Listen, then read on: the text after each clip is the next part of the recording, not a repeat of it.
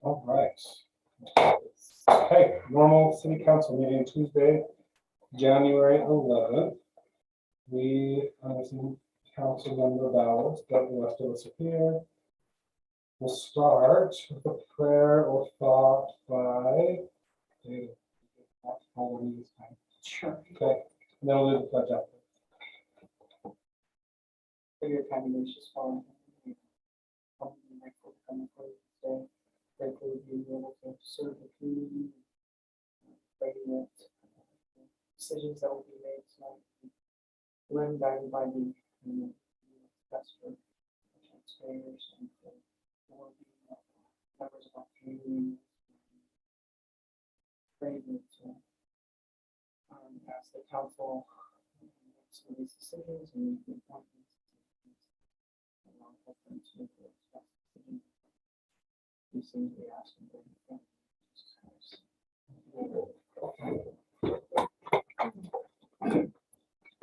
I pledge allegiance to the flag of the United States of America and to the republic for which it stands, one nation under God, indivisible, with liberty and justice for all. Right. Consent agenda minutes from our last meeting. Have you all can just review that? I'll make a motion that we approve the consent agenda and minutes from the last meeting. All right, that's a motion from Councilmember Perkins and a second from Councilmember Nielsen. All in favor? Aye. No, So, we don't have All to right. hear your voice. okay, we got everyone. Conflicts of interest. Anybody has any they could declare those now? Well, I think to the appointment of city council representative, Homer Knox is my direct supervisor. So I just need that on record. Okay, perfect. Public comment. Anybody that wants to address the council can do so now. All right, good. Reports. I have nothing. Does the council have anything to report? Dave, it's you for reporting. Huh? I think most of my updates are in the project status. If there's any questions, let me know. Otherwise, have a significance to report. You might note that we did have someone come and physically inspect the wellness center for spring, the fire suppression system.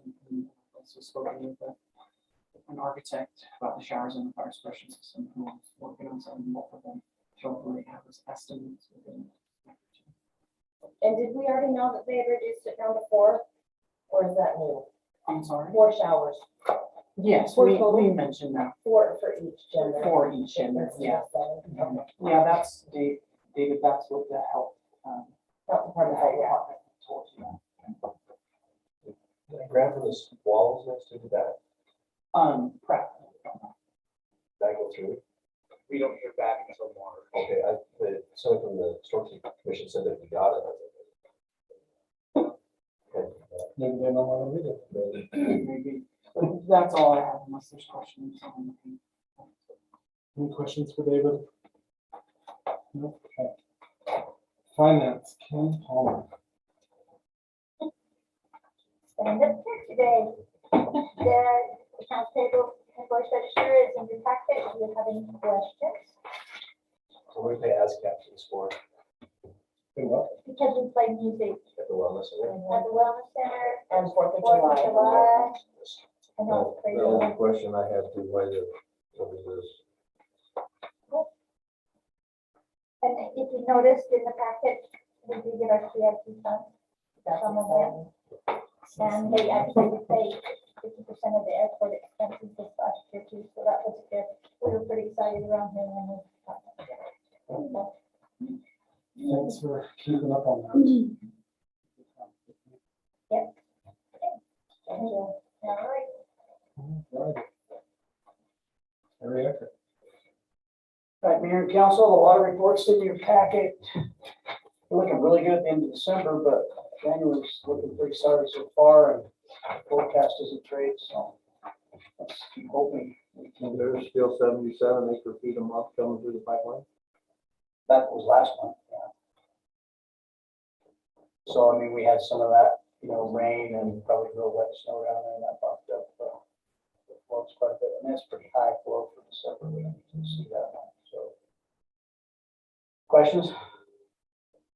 Perfect. When was the last time we pumped through it? Well, Like 3 or 4 years, really. I mean, we exercise them all, about every quarter, but it's been a long time. I'd have to look. We were pumping them when we hired David Lyman, and then we pumped them through a season, and we haven't pumped them for any length of time since then.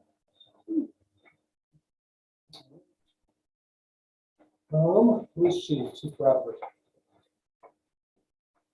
Reports in the packet. Just a quick rundown on the narrative. December this last year was really a nice break compared to December of last year. Cases were down, cost of service was down. Like to put in the notes, I really think it has something to do with not getting as many people coming in quarantine this year. We had lots of people coming in hiding from COVID.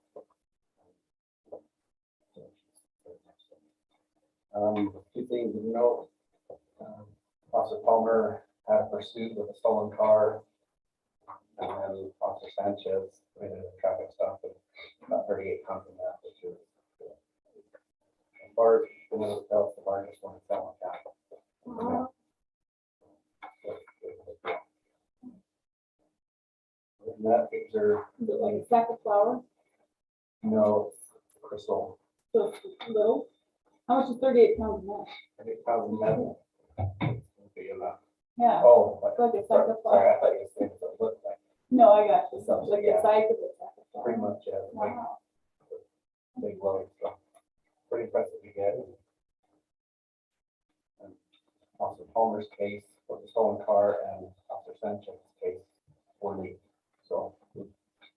Information between both cars that ties the people together. So, other than that, you guys are doing their online training, keeping up to speed on things. I'm sure the policy's up to date. I love. Questions? Thank you. Recreation report, David Palmer. Didn't want to miss your first meeting. You guys saved me tonight from running up and down the court with a bunch of third and fourth graders. They're getting me tired. Well, we're here and I finish heard you already safely. did it. I had to slip out. I heard you guys.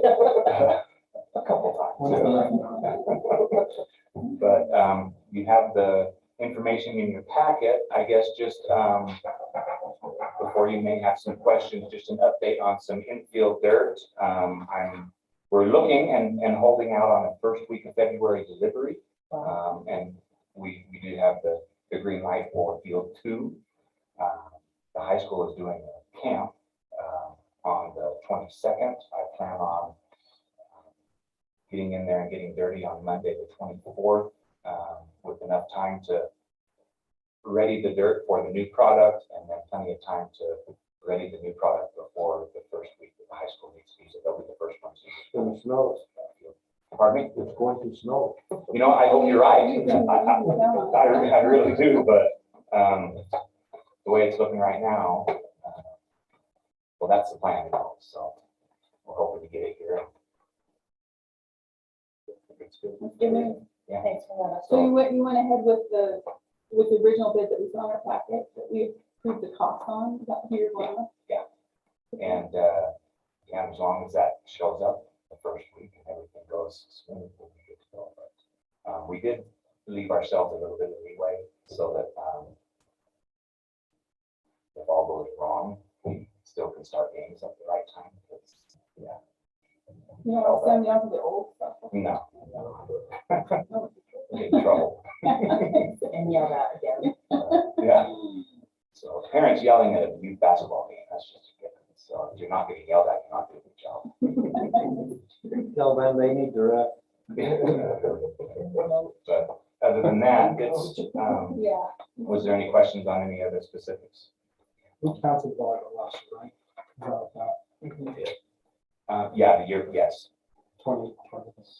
We are going this year though. we are. We're taking registrations right now, and we already have more tournaments scheduled than we've had in the last few years. So we have new areas opening up for I know tournaments. Monticello- Let's make us. Monticello has a new director and I think she wanted to go. Yeah, we've been in contact. Director of Volleyball. volleyball. Yeah, so she was real quick to contact me and get the ball rolling, so. How about baseball tournaments lined up for these kids? Got any opening baseball tournaments lined up? We have one big one the last weekend in June every year. That's all for right now, but always opportunities for some. If the opportunities there. So. Softball too. We did one, what, like 2 years ago, or I think it was softball, and we brought in different teams, and they were so impressed with the fact that we had a park and a softball facility and a recreation center and a pool all together. They were so, they said, we will definitely come back. I don't know what that was, but people loved it. We do more. Yep, that facility needs to be used. And listen, there, it's gonna be a nice. Mhm. Okay, any more questions for David? Okay, so we have a couple public hearings. The first one is a CDBG public hearing. The purpose of this public hearing is to provide citizens with pertinent information about the Community Development Block Grant Program and to allow for discussion of possible applications for the 2022 funding cycle. The grant money must be spent on projects benefiting primarily low and moderate income persons. The Southeastern Utah Association of Local Governments, of which Brandon City is a member, is expected to receive approximately $707,000 in total in this new program year, with approximately $433,000 in grants to the communities within the region. All eligible activities that can be accomplished under this program are identified in the CDBG application policies and procedures manual, and interested persons can review it at any time at jobs.utah.gov. Several of the eligible activities listed are as follows, but are not limited to construction of public works and facilities, water and sewer lines, fire stations, acquisition of real property, provision of public services such as food banks or homeless shelters. In the past, Lyman City has used CDBG for a mid-block sewer project on 200 East. A copy of the original consolidated plan is available at the SEUALG's website at SEUALG.utah.gov. This identifies the needs of the communities and counties in the southeastern Utah region. Anyone with questions, comments, or suggestions during the hearing, please identify yourself by name before you speak. Donna Meyer will include your names in the minutes, and we would like to specifically respond to your questions and suggestions during the hearing. So I will accept a motion for entry into public hearing for the CDBG. I'll make a motion that we enter a public hearing for CDBG funds. I think I'm not. Okay, a motion by Councilmember Bowers and a second by Councilmember Perkins. All in favor? Aye. Okay, unanimous. So then public hearing. So you want to talk to us about the CDBG. I would like to speak not only on behalf of myself as the recreation director, but also community members who have contacted me about some uses of these funds regarding some pickleball courts. We have talked about those in the past, but I wanted to make that known for this grant that we would be interested in pursuing that avenue. Central Park has been earmarked as one of those where the current volleyball courts are. We're looking to make improvements to that park in other ways as well. Adding pickleball courts there would be fantastic. So without any other specifics, just for those who've contacted me and myself. What's the difference between a pickleball court and a tennis court? They're a lot smaller. You can fit. So our current courts that we have now, you could actually fit 4 pickleball courts in about the size of a standard size. Are they about the Tennis size court? of this room? Or are they smaller? No, it's probably pretty close, but you can do a lot with them with not a lot of space, and it can be done very nice and professional. I saw a facility up in when we went to state football and on that campus, and I wish I took some pictures. I'm not prepared to show them, but I'll dig them up and maybe get them to you, but it could really be a nice asset to the park that's already there. So I just wanted to put that on the public record that. What would it take to change them? Well, it's not necessarily changing what we have, but adding to. We would take out the beach volleyball that's there and put the courts there. Yeah. And because we do have the volleyball courts down at the rec center. Now, so we're not getting rid of that. There's a concrete border, but the new courts, yes. We've had requests for pickleball courts many times since I've been on council. Which we have There is an accommodated. option to change a little, yeah, in the rec center, but there is an option to change a tennis court to a pickleball, to paint it in such a way that it can be used for both, but it's not ideal. Does the high school use our tennis court? Yes. CDBG funds too, that's the intent of this, is that What if, kind of whether we dollars, get a pickleball court or whatever the council chooses to apply for, we get. what kind of dollars are we looking at? I'm not prepared with any of that information. I just wanted to, as part of the public comment phase, to make sure that it was mentioned. And we'll get into some of those questions during, oh no, actually, Pratt could help us answer that. Okay, Yeah, thank you. thank you. Yeah, just for the public record, that was David Palmer speaking. I'm Pratt Red. So as Logan had mentioned, there's $433,000 for this region that have been earmarked in this grant. That's Emory, Carver, Grand, and San Juan counties. You know, one of the things we thought when we applied for this, we looked at the fire suppression system, we looked at pavilions, we looked at shade structures, you know, so there's a couple of different things that we have looked at that are on our capital projects and whatnot, but that was one thing we felt like the community, when the community had more input, we felt like pickleball courts would be more of community service in general than a pavilion or something to that nature. So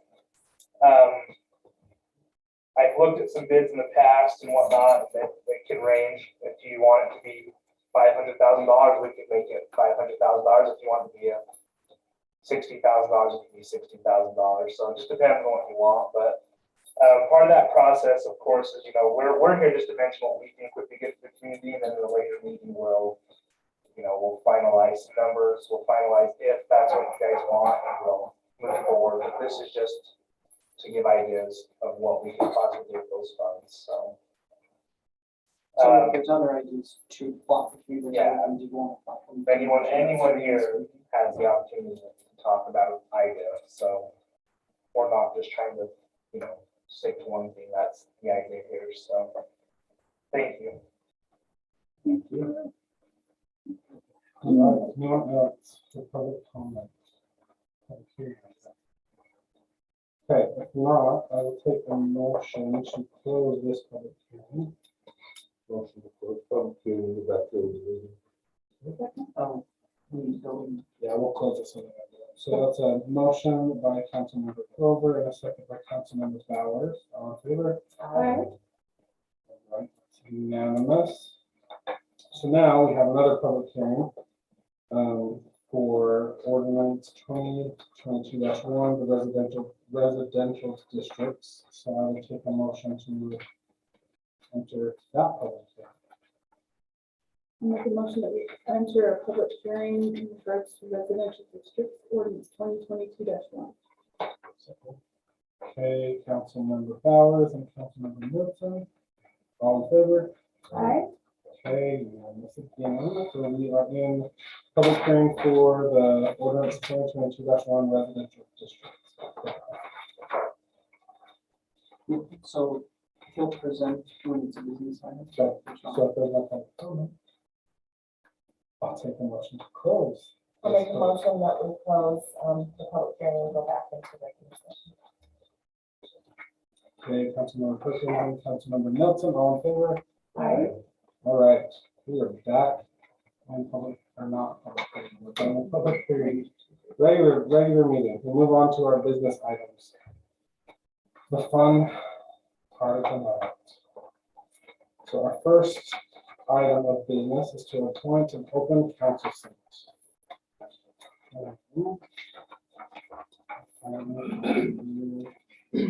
We have two applicants for this position. What else is there? Sure. Yes. It's at page 37.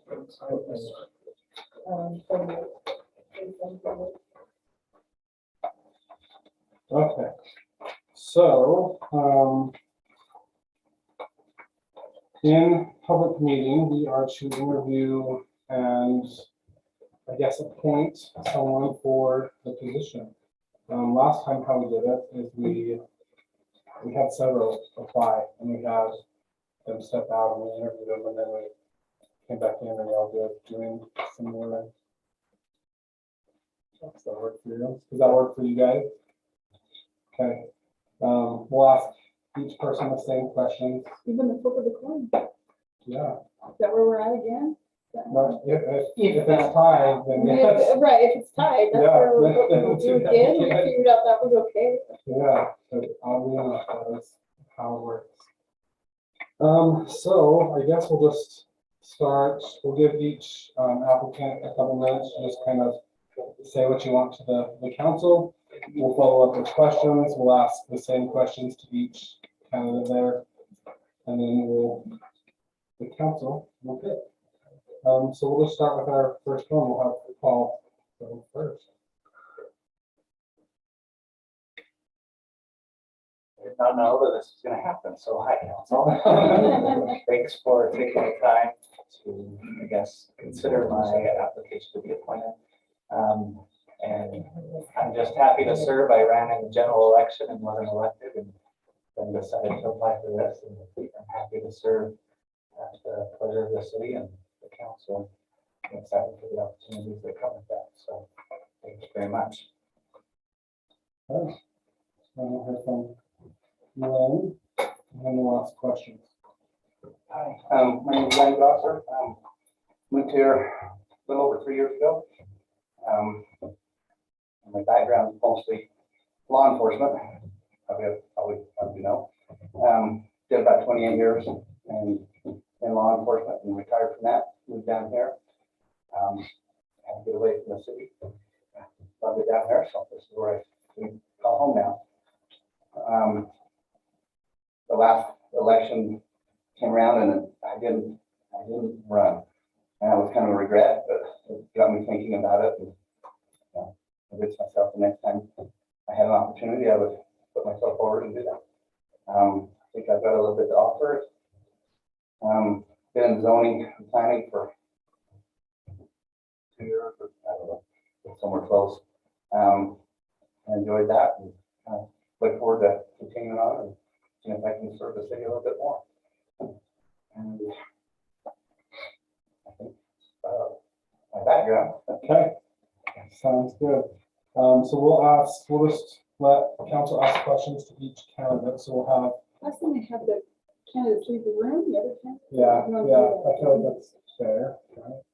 So we'll start with Paul. So Glenn, if you just want to go out in the hall, you can close the door, I suppose.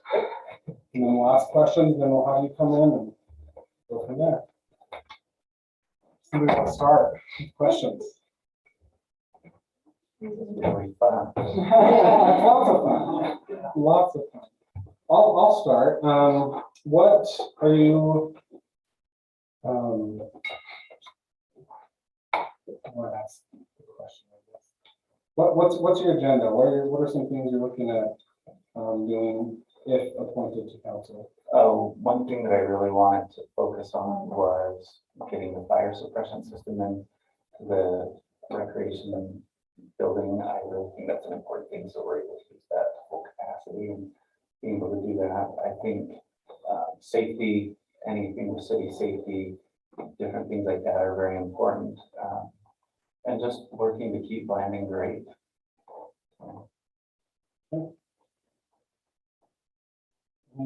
What questions do y'all have? So,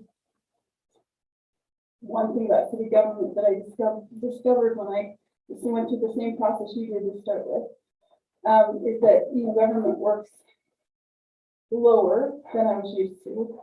And you also have, which is a good thing, and I see the purpose matter, you have 5 people that are making decisions for the city. Sometimes you always don't agree with those decisions or what's being presented or what's even on the agenda. So I'm wondering if you had, if there was an item on the agenda that another council member was bringing up and you didn't agree with that item at all, and let's say all 4 other people did, can you tell me how you think you're gonna handle that? I think I'm pretty level-headed across the board. I mean, sure, I can get excited, passionate about things, but I'm pretty level-headed, and so I would try to handle that with respect and understanding and try to put forth my perspective, but also understanding that I'm one of 5. It's not my way or the highway. It can't be that way in city government. So we've got to work together and hopefully come to some form of consensus. But the good thing is it comes down to votes. So sometimes I'll be on the affirmative side and sometimes I'll be on the negative side, and that's okay. That's part of it. So. What do you see as growth in Blanding? What would you ask that in more detail? Where would you like to see the growth go? How do you want Blanding to grow? Oh, Or do you want Blanding to grow? I think if people want Blanding to grow, we should be able to make adjustments and accommodations for that. I am always concerned about water and how much water we have and if there's enough. And so that's always a concern. But I think if we're a community that we're attracting people to move in and we have good opportunities and we provide a great place to raise a family, which we've experienced, then we should be willing to grow with those people and provide the infrastructure necessary to do so.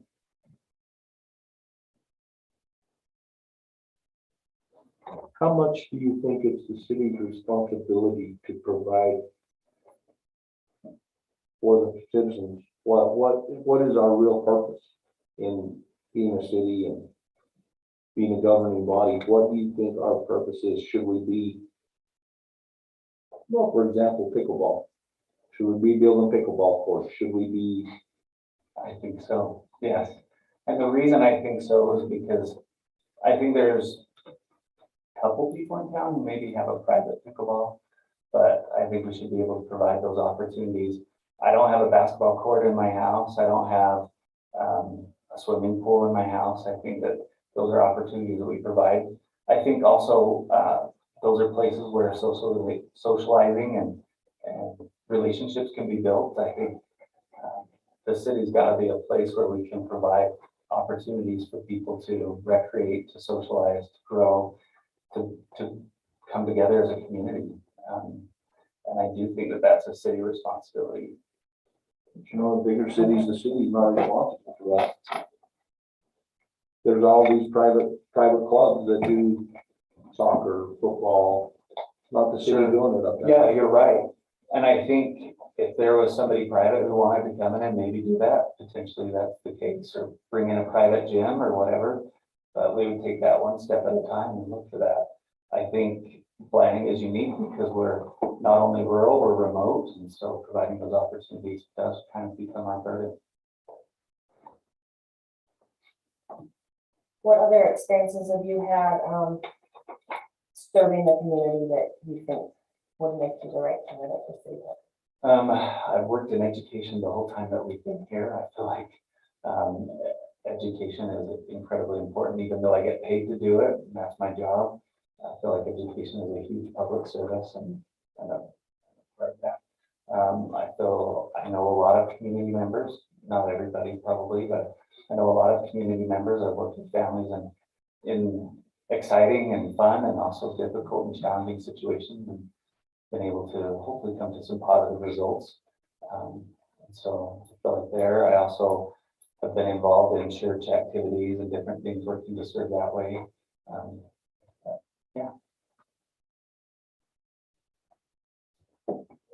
Commitment level, I mean, I've worked on several boards and things like that. You see the various levels of commitment, but how do you see yourself as committing to this role?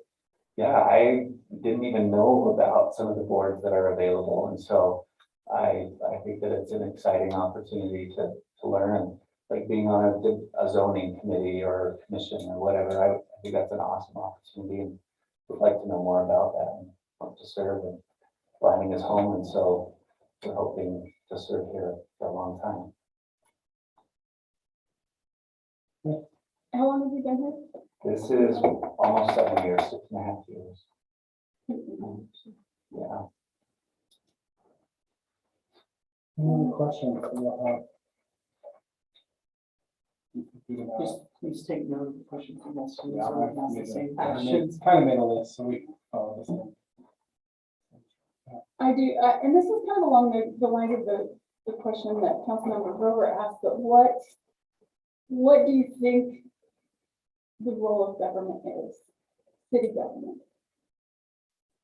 I feel that without government, we'd be in chaos for the most part, but I also feel that we don't need to have big government to provide the best opportunities. I think working in a city and in a place where people can govern themselves is the best. And so what do I feel that Vining city government provides? I think that's our infrastructure. So water, utilities, gas, all those things, streets, law enforcement to be able to keep us safe and protected. I wouldn't have known that 35 pounds of meth went through Blanding. You know, I'm not gonna be out there pulling over people, but that's what the government's for, is to provide those places where we can be safe and raise our families and have the opportunities to get going. And then my last question is how do you feel, what do you think about tourism? How do you think tourism plays a role in the city of Blanding? Well, isn't it our motto that we're the gateway to, I don't know, gateway to wherever the four corners? I mean, we're here, we are base camp to adventure. Gateway is a good word. Yeah. Which should be one word, not two. Yeah, base camp to adventure. And I think that's incredibly important. I think so many of our businesses actually thrive on tourism. You look at all the hotels that are in town, you look at, I think even Clark's Market, you walk in there and you're seeing people from other countries or other places, different license plates that are there. I think it's critical industry, and I think I was here for the discussion about the visitor center. I think that's a huge way to attract visitors, to share with them what we have to offer, and I welcome it. I think it's a good thing. So yeah. I don't know how much percentage of our revenue comes from that, but I imagine it's fairly decent. Any other questions? I'll ask one more, just so you have time to wrap up your thoughts, but why should the council pick you? I think that I should be picked because I did run in the general election, did put my name out there. I am willing to serve, and I have a lot of fun time together. So that's why. Awesome, thank you. Thank you. Paul, would you mind? Yep. Swap Yep. in? Yeah. Yep. Thank you.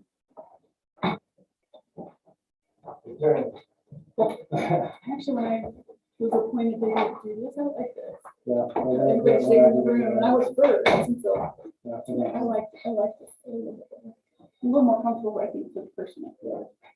all right, so we have a list of, well, I've kind of made a list of questions, but we'll ask the same questions that we asked before, just so it's fair and give you time to answer.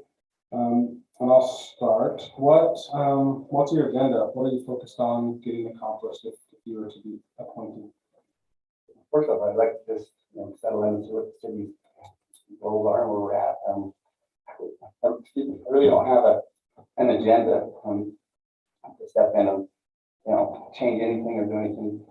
My main goal is to serve. I'd like to give back, and since I retired, it's sore I never want to do that again. But it's kind of part of my nature, I think, and up to the point now where I kind of really would like to be part of the city, and I like to help the place where I live.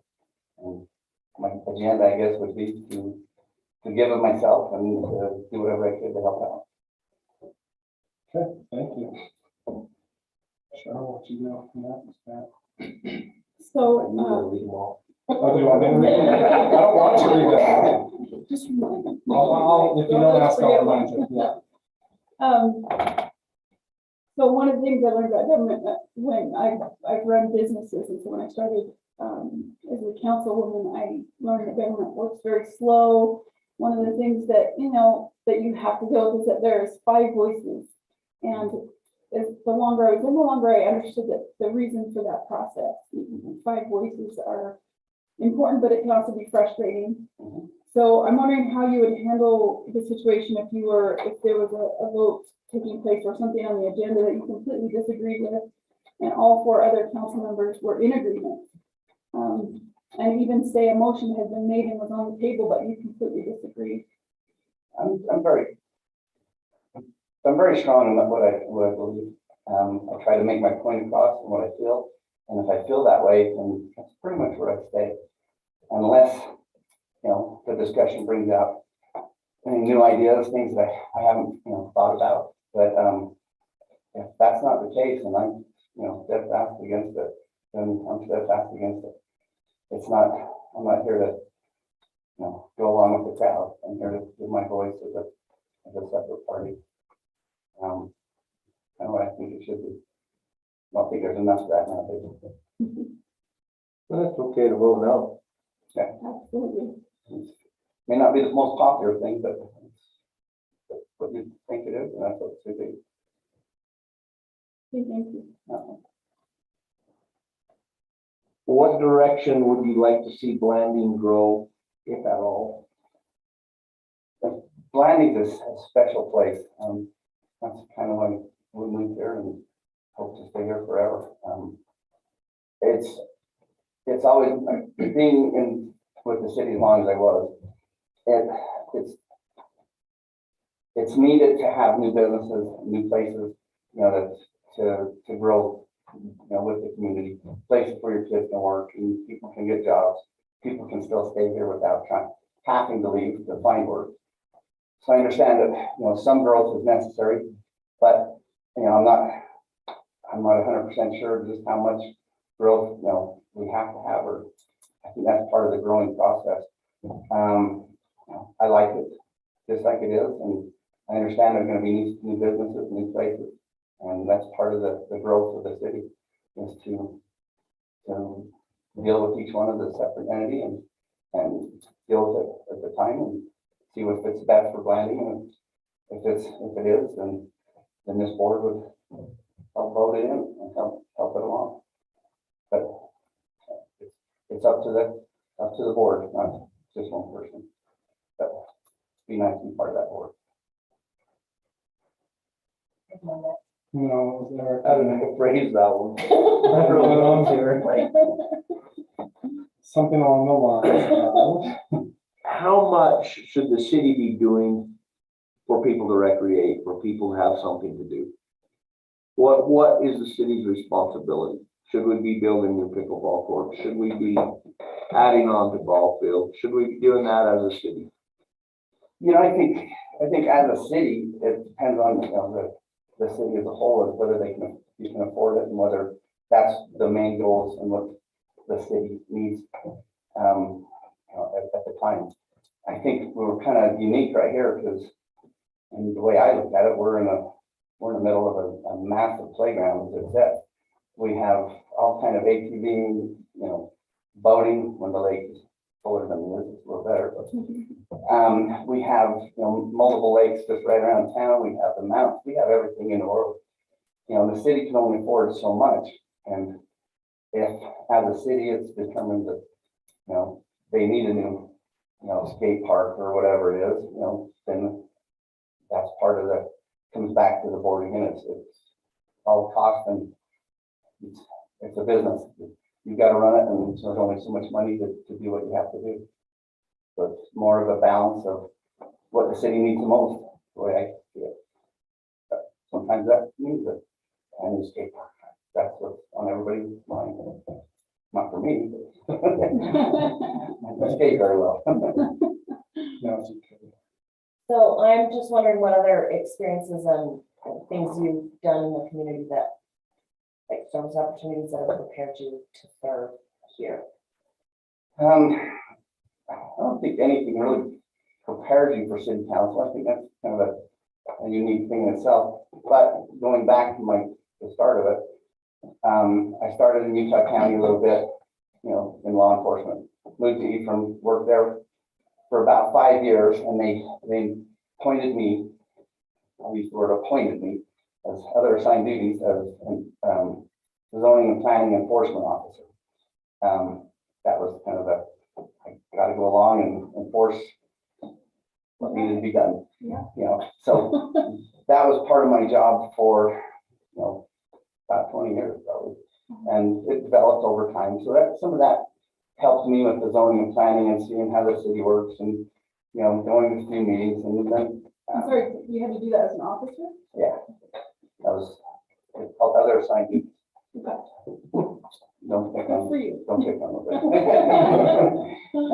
But I did that for a long time and then, sat through many, council meetings of security and when they needed answers and, that was part of my job, description at the time. But to prepare me, for the other side of the bench, all I know is what I've seen, what I've done, and talking to many councilmen over the time. Some things, you tend to see a lot of things that different council members have done, how they act, and some of that stuff I think prepared me a lot more towards this, knowing what I didn't like and what I did like. So I took a little bit from each council member and each mayor that that I worked with for all the years, and I think that helped considerably for me to realize what's expected and what should be done here and when you're home throughout the month. But beyond that, I've had a lot that's brought me to a lot of knowledge for what you guys have to deal with.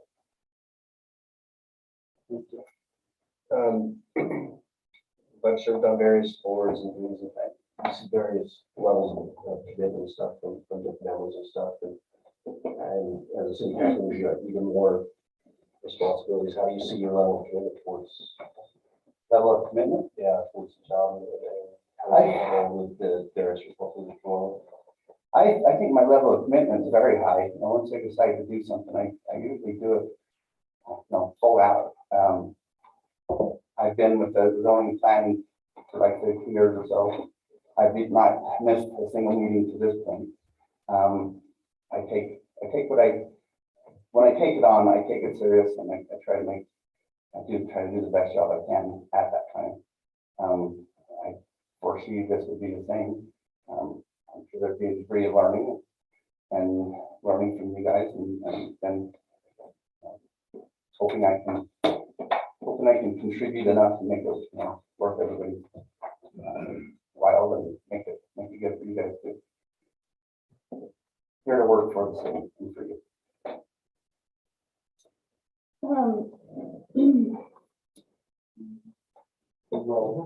Okay, so this goes along the lines with Councilmember Grove's question, which is, what do you think the role of city government is? I think the role of city government, in my opinion, would be to like I said, I see the city as a business. So I mean, it's a way of running this business, and the people here, are helping to manage it, to make sure that the finances are to where they need to be, that people are being taken care of, that the city's being taken care of, that the people, in the city have their voices, and those voices, they're kind of there to, we're here to hear it and try to, do what's best for the majority, but you can never, you're never going to be able to please everyone, but to do your best to please as many as you can. And basically, just that, it's a business and it's got to be dealt with that way. Sometimes there's extra money to do extra things, and sometimes there's not. Depends on a lot of factors. And I think that's probably one of the hardest things to do is decide what's the most important, what needs to be dealt with this year, and what has to be dealt with next year, maybe down the road 4 or 5 years. That's kind of what I see the board getting, council getting together to decide.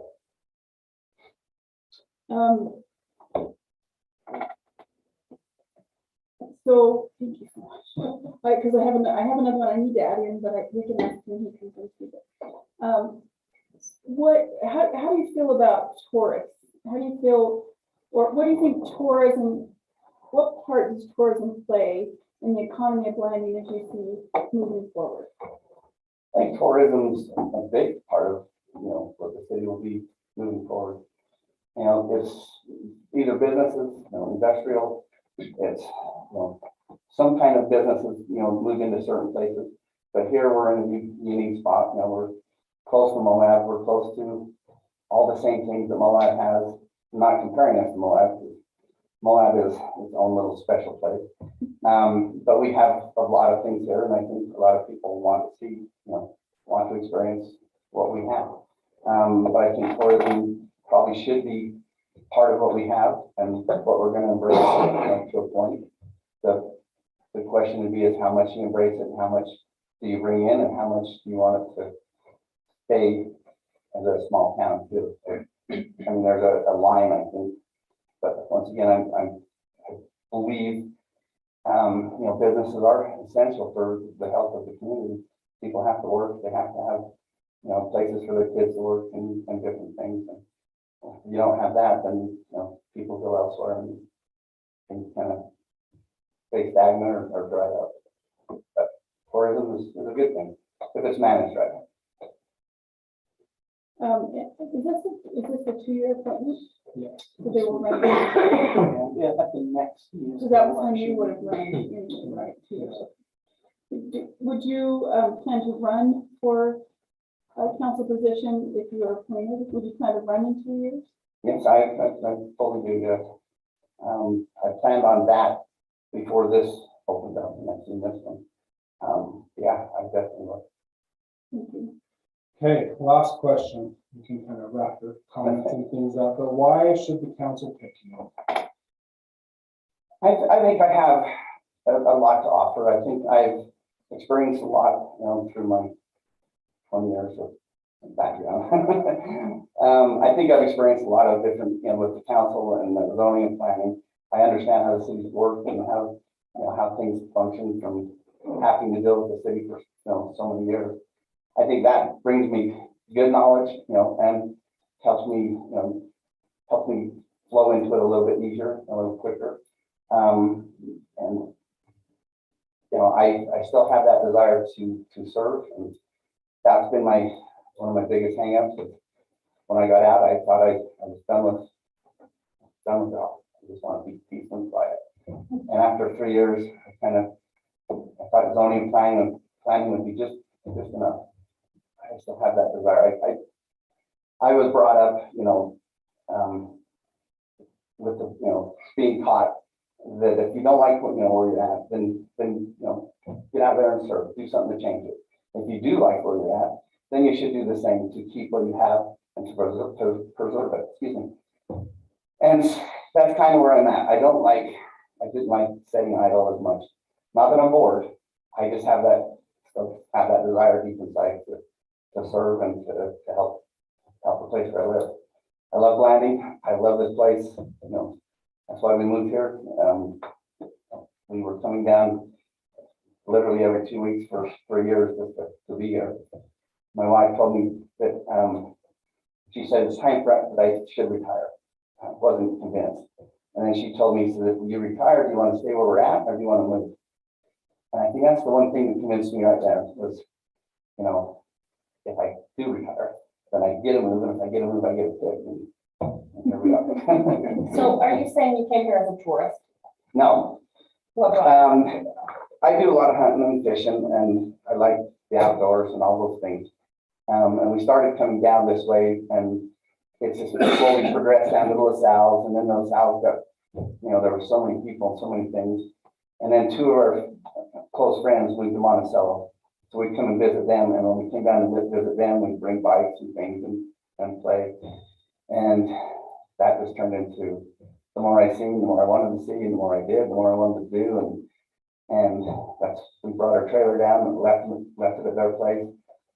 Pretty much the whole summer, we come down pretty much every other weekend. That's quasi-tourist. That's kind of tourism. But we come down and we did a lot of hunting, and that's, they wanted us to move to Monticello. I like flying more, so we're here and they're still there. Awesome. Are you still friends? It was a little shaky there for a while. I'm really struggling with this decision. I need to ask one more question. That's okay. Okay, as long as we ask it. To both of them. What, in your opinion, what is the city of Blanding's biggest issue? You're fairly new, 2-3 years living here. So in your time here, what do you see as the city of Blanding's biggest issue? Well, let him come back in too, they Yeah, both hear the same question. Sure. Yeah, I'm good with that. Although then he's saying here. They can stand together and talk about it. Mayor. Both of them are on that.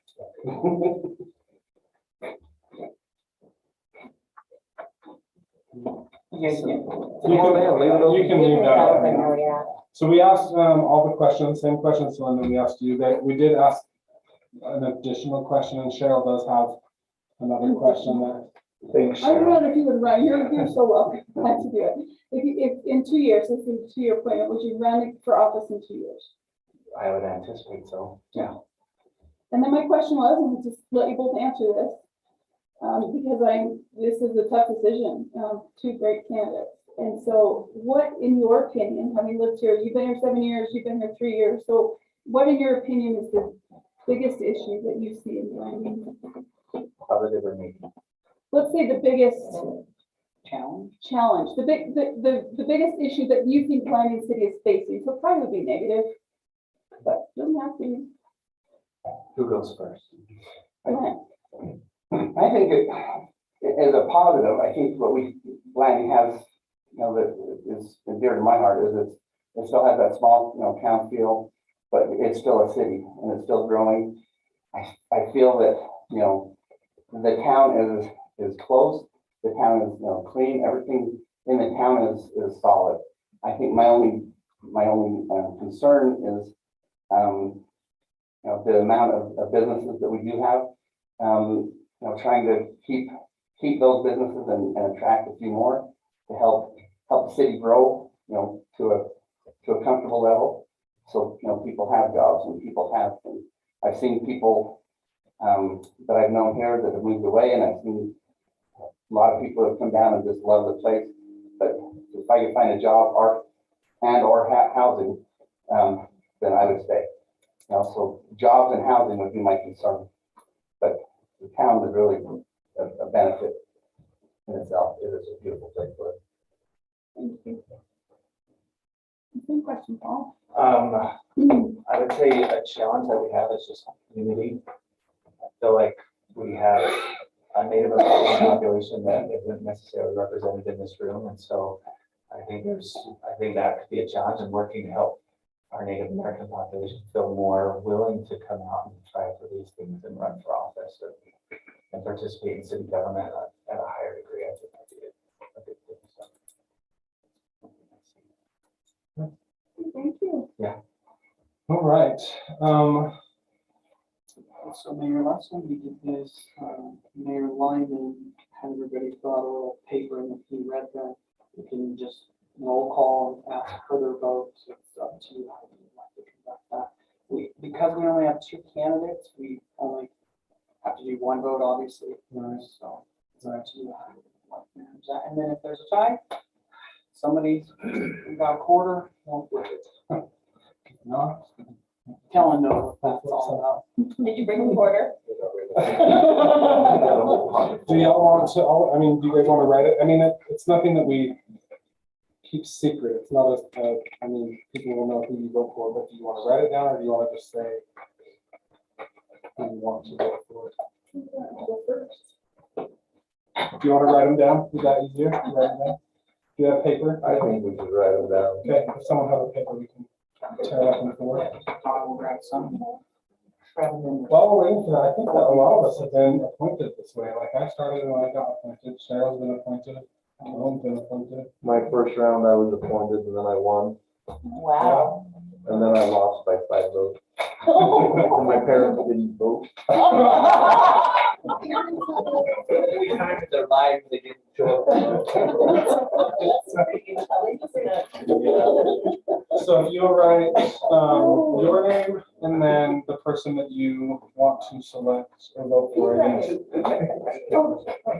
Yes. Oh, everyone has a pen? Yeah, thank you. So we will just give. So their council name time. and their vote. Yeah, write your name and then the person that you are voting for, just because we do have to disclose who everyone's voting And we for. don't feel like we need to do any discussion, Yeah, if you guys Put them feel both like in you here? need to discuss anything, that's. or do you have it figured out? It's super uncomfortable to do the discussing with them right there. Too many, way too many. Feels like it's a lot. Like everything about city government with this part. So do we want to just do That's our not true. I don't like everything about that. somewhat That's not true. somewhat private vote, and then if we're not sure, then we discuss, or how are you feeling, people? I'm good with any discussion we'd like to have about it. Appointing someone. Well, for me, this one is tough because we have, in the past, we've had some people who have been involved in the city, have taken opportunities to step up, and some that hadn't. That makes the decision a little easier for me when I know that they already care about the city and they're not just here because there's an opening. But one has been on planning zoning, one has ran for office. I think that was important. And one has 20+ years in public service. One has 20+ years, and the other one has 10 years in education. I don't know what it is, so they're both, there's not a clear path for me, so this one is a really difficult one. And I think that to me, it's been helpful that Paul has been at city council meetings, right? I haven't seen Ryan here before. I know, I'm grateful for his dedicated service on the planning and zoning, so that's good too. So like we know that either one of them would show up to meetings regularly. Me too, that is true.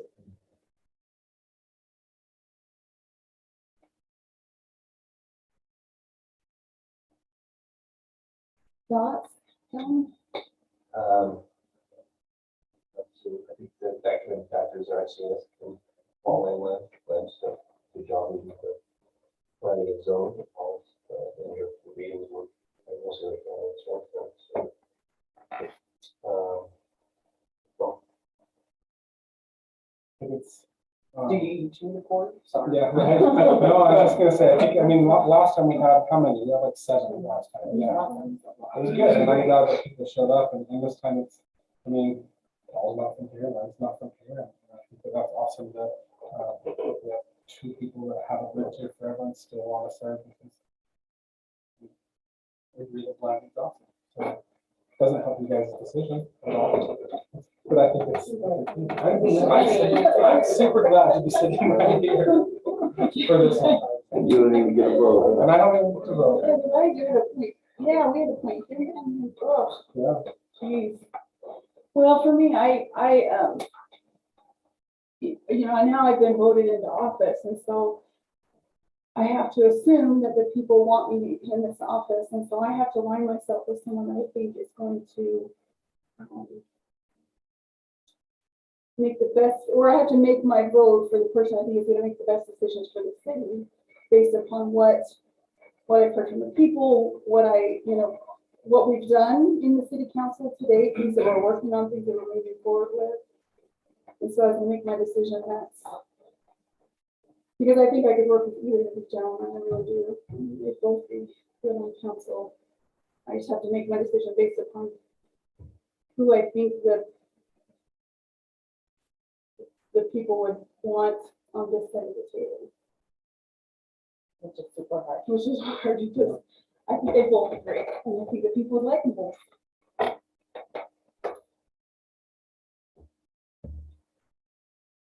Ready to go, when y'all are ready. I mean, there's no, I'm in no rush. And there's nothing against either one of you. Hmm.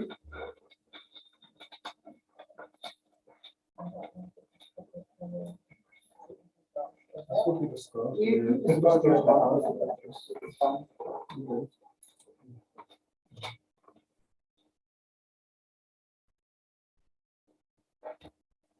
After you read them, I want to explain my Everyone is welcome to, so, okay. Kellen voted for Paul Murdoch. Katie voted for Paul. That's mine. Cheryl voted for Oh, Lynn, no. and Eric voted for Lynn. All right, somebody out of order? We can have a no discussion, we vote again. We can We vote can again. vote. Well, actually, the way it's written is it's once you're down to the candidates. Like, I suppose you can, let me just look at It this. does, so you can, you take a second. vote. Well, no, that's if you have more than two. You can have a candidates. discussion. So, no, you can have a discussion, but I just want to double check because I think once you take the second vote, if it's not Then you- chosen, then you do five. Let me just, you It's got not- the book? Okay, that's what I was gonna But go. have a discussion, I mean, Have a discussion, we'll double check. I'll tell you the reason I voted the way I did is honestly, I had no idea, and I asked the last question for a purpose, because I knew that I was struggling in my decision, and while I love Paul's answer, I absolutely think we need to unify the city more. I think that Len's answer aligned more with my goals in the city, so that's why I made this choice.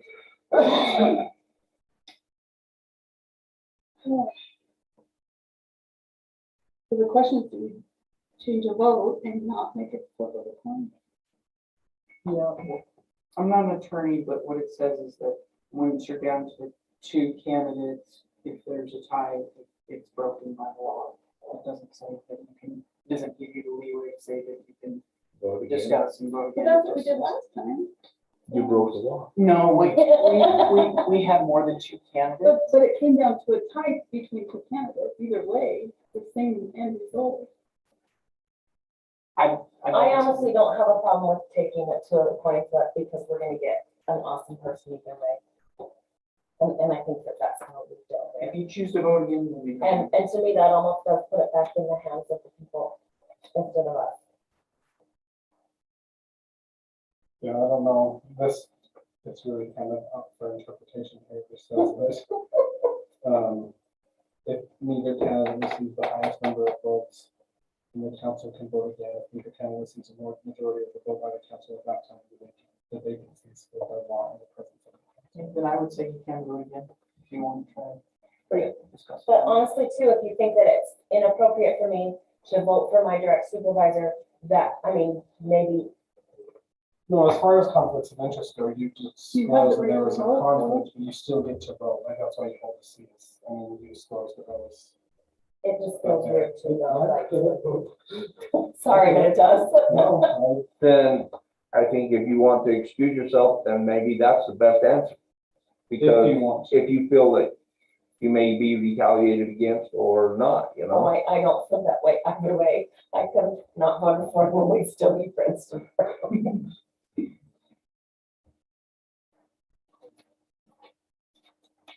Do we vote? Or, I mean, does anything change for anyone? I don't know. It really changes either way. Let's recuse my vote. I'm comfortable with that.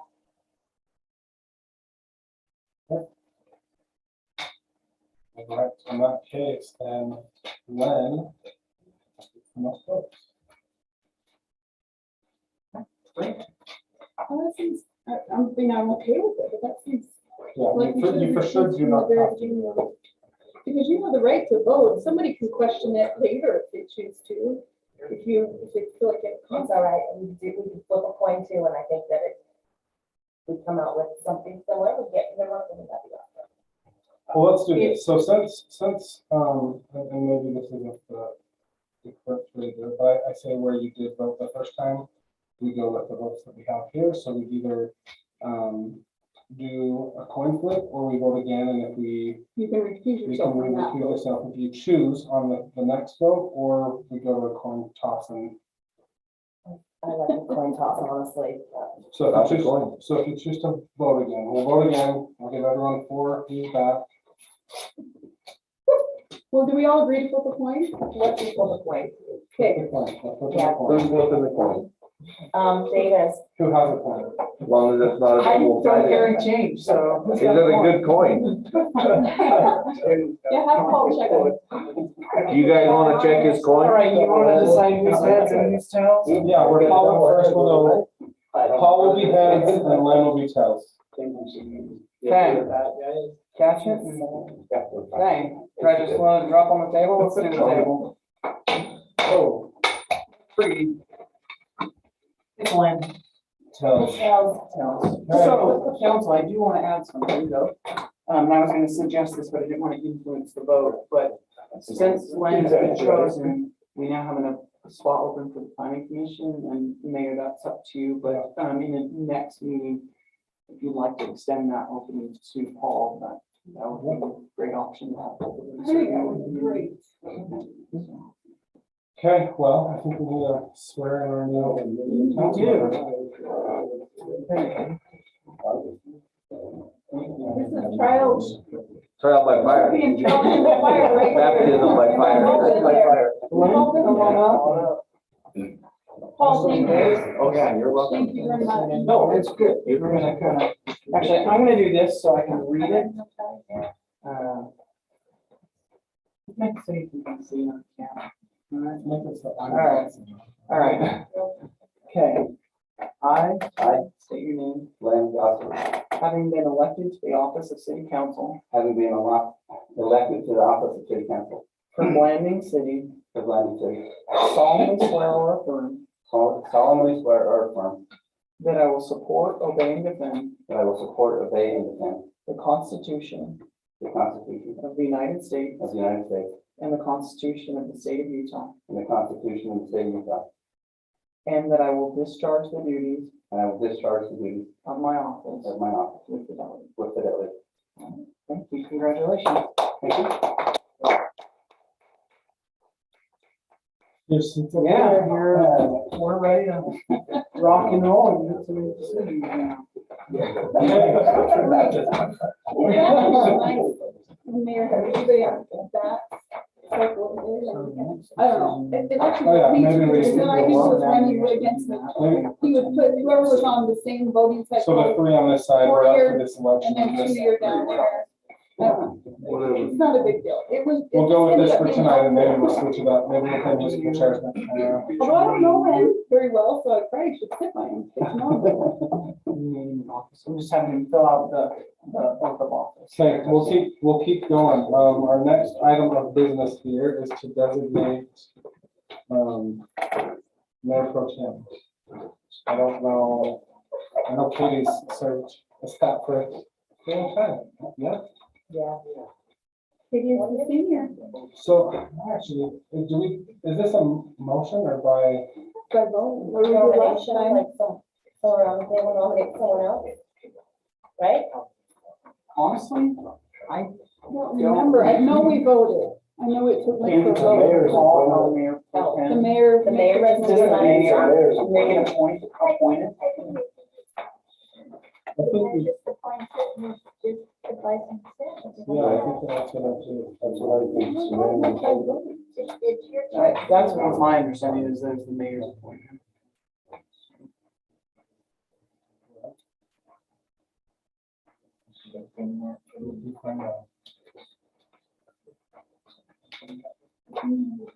And not every city does mayor pro tem, so I need to be, Maybe our own made-up thing. Oh, no. No, you have to. No, you haven't. Yeah, no, because you I'm have- sorry. I mean, not every city does mayor pro tem necessarily the same way. I don't know if Utah law designates exactly how it should be. You can do that. I think that I really do think last time it was more advice and consent. That's what than my just- understanding is. Yeah. Is anybody? Who wants it? Yeah. Who wants it? Is anybody jumping for joy to do that? Well, Katie's been doing that, and only had to do it a few times, but. So let me, Are you looking at? I think Katie, you did great if you want to continue. My goal is Maybe short that's the meetings. senior councilman deal. Yeah. Do you feel good about it, Katie? That's fine. Is everyone good with Katie serving in that role? Yes. Okay, so, yeah. We will, appoint or designate or say that Katie's gonna be our mayor. So good there, you think? let me, I just found the code, so I'm just looking at it. The only time that it mattered was when I signed the fireworks thing, then people actually knew. Oh, yeah. But sometimes I did mayor pro tem, they were like, you're the mayor? No. I do remember that. Someone was like, what happened to? Yeah.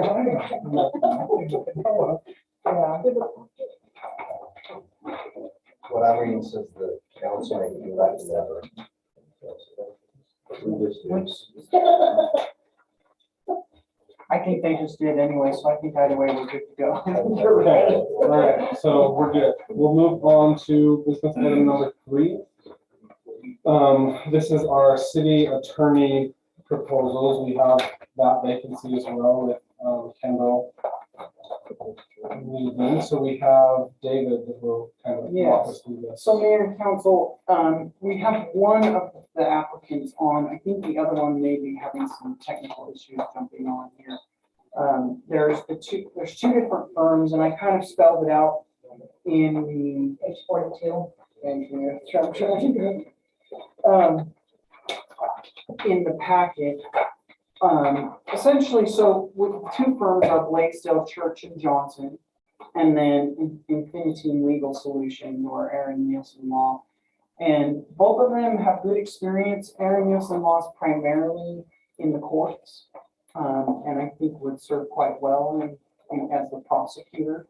The Blaisdell Church and Johnson, I have every confidence in their ability to fulfill the duties as in the municipal side of things, the civil services, as well as the criminal prosecution. Eric Johnson has 10 years of experience.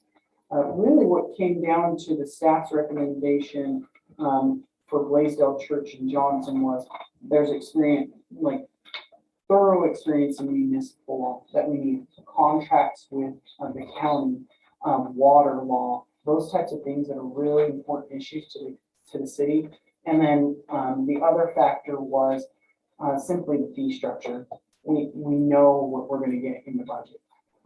With Aaron Nielsen Law, while the base rate is lower, really based on IRS standards for travel, based on how often we need him down here in person, there's no guarantee exactly what the budget's going to come out to. And Blaisdell, their 36,000 includes travel essentially, right? They're they willing said they to will come down when charge you you. need them to come down. They're willing. No mileage, no per day cost, none of that. The only additional service, which we already have to contract anyways, is when we bond. We find a bond attorney. Well, they provide that service and they'll provide that to us at a discounted rate. Couple things more about them is, one, this firm was highly recommended because that book we were just looking at to determine the vacancy, one of their partners wrote that book, is the author of that book. And two, the attorney that would be assigned to us, Eric Johnson, one of our partners, before we even put out the RFP, I called several cities and emailed several cities, and he came highly recommended by various cities in addition to what's in their proposal. And that is nothing against Mr. Nielsen. His proposal was great too, and we would have been happy to go with him as well, had we not received the proposal from Blaisdell Church and Johnson. Now, one thing that I did know is if the council decides that maybe you want to split the services, use Blaisdell Church and Johnson for municipal civil services, and then contract Aaron Nielsen for the criminal prosecution, you have the option to do that as well. We would What's the still, cost difference? well, if you look on page 42, there's kind of a cost breakdown. We probably don't have the specific cost breakdown. But if we there decided isn't to for the split two it. of those, because, it's hard to know. In truth, what would cost more and what would need more in person than anything is the criminal prosecution to be in court. It can be done through Zoom and video calls, but really there's greater need for in person for that than even the civil services. And that's, Can we ask Diane yeah, about yeah. this? Is that okay? Diane, So- You work at the court, and I know that because of COVID, we've had to move towards more Zoom court. But how would that impact you and the city to not have an attorney willing to just come down here when we need them to come down here for your part? We haven't needed somebody to be in court Okay, since we went into COVID mode. So they're just televised or online? and that's okay, and that's worked The okay. only time that I can think of that we would need them in court is if we have to do a bench trial in person. Okay. So far, we haven't had And any. how often is that? The She last said not. bench trial that we had in Brandon was the pony trial with Dr. Redmond's brother. Really? Yeah. That needs more bench trial. The only thing that I would add to that Well, is, the travel isn't, we don't have to factor in as much of this travel as we think. okay. Although I will say that the Judge Hazelton called me today and did express that concern of operating more online and having a preference that sometimes there is a need. So even if you were only to come down once a month, whether for civil services or prosecution, which I could definitely see at least once a month, we're really talking about the same price range as Blaisdell Church and Johnson. And that's why Kim and I, in talking about the way the fee structures were, we felt that the best recommendation was split. Sorry, court is every Wednesday. Are we gonna get the same attorney every week? Yes, it will be the same attorney. From There's both? some, well, Aaron Nielsen Law, it's just him. Just him. Okay. But with Blaisdell Church and Johnson, yes, it will always be Eric Johnson as our city attorney. And then there's other attorneys that are attorneys for other cities that, you know, he can consult with if there's issues and things. I've heard very good things about Mr. Nelson, I will say that. Yeah, I talked to both of them. They were both excited. Really, what it mostly came down on was experience and fee structure on the staff's recommendation. And I don't like the idea of, I mean, they both understood where landing is when they did the proposal. And so then asking for mileage and asking for things for that, not to just be part of the structure that he proposed. I have a little heartburn over that because it almost feels like a penalty, like, oh, well, I have to come to you. Because But my on, but office office it's a is long, based up it's a here. long drive and you can see why somebody might separate out. We can see that maybe if he doesn't have to come to Landing, it could save us money.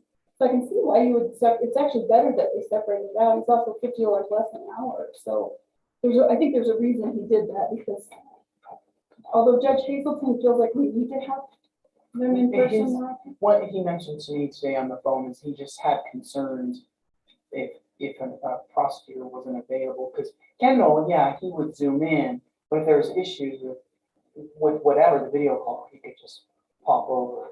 Neither of us just pop over. Exactly. So I think that's a fair point. And I have some concerns about, even in Aaron Nelson's proposal, it felt like he was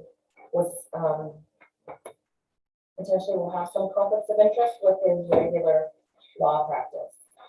Just, I mean, he wrote it in a way that makes it sound like he's not really as available as what we. Well, there's one point in there where he says he will step down from the other things he's been doing to just be the city attorney. Only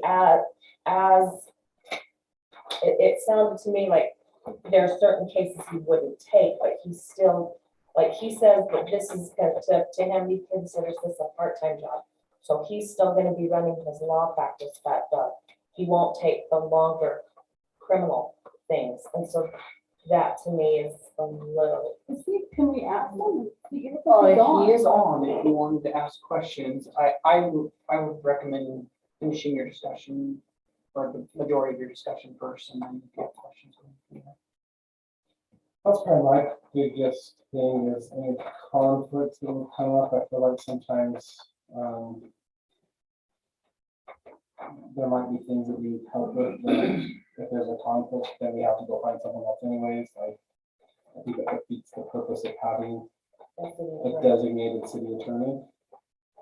But it's hard to say what those might be. I mean, Blaisdell Church and Johnson specifically spelled out that, I mean, we represent public bodies and would not have any conflicts.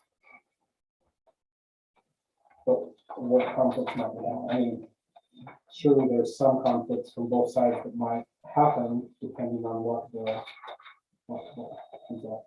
So they both have to run a conflict search before they could represent us against someone else. In the first place. So have you talked to them, either of them, about splitting the duties? Yes, One for and the both criminal? are open to it. Yeah. that's what both of them are. And that's why I put it in the recommendation. If the council so chooses to do that. I felt like Mr. Nelson's experience was better, and I like his proposal.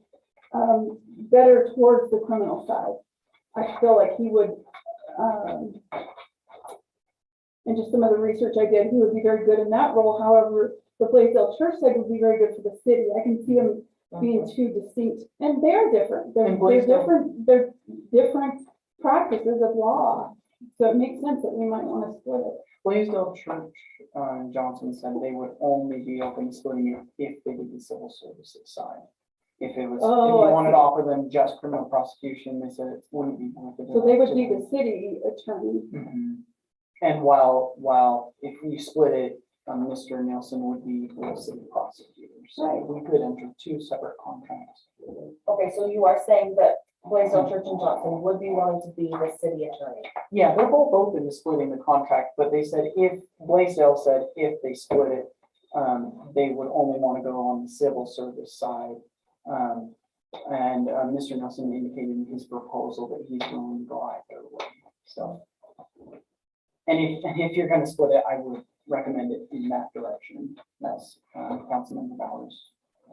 What would be the benefit of splitting it? I mean, other than like you get a little of a Focus. separate, yeah. I think focus would be the benefit of splitting it.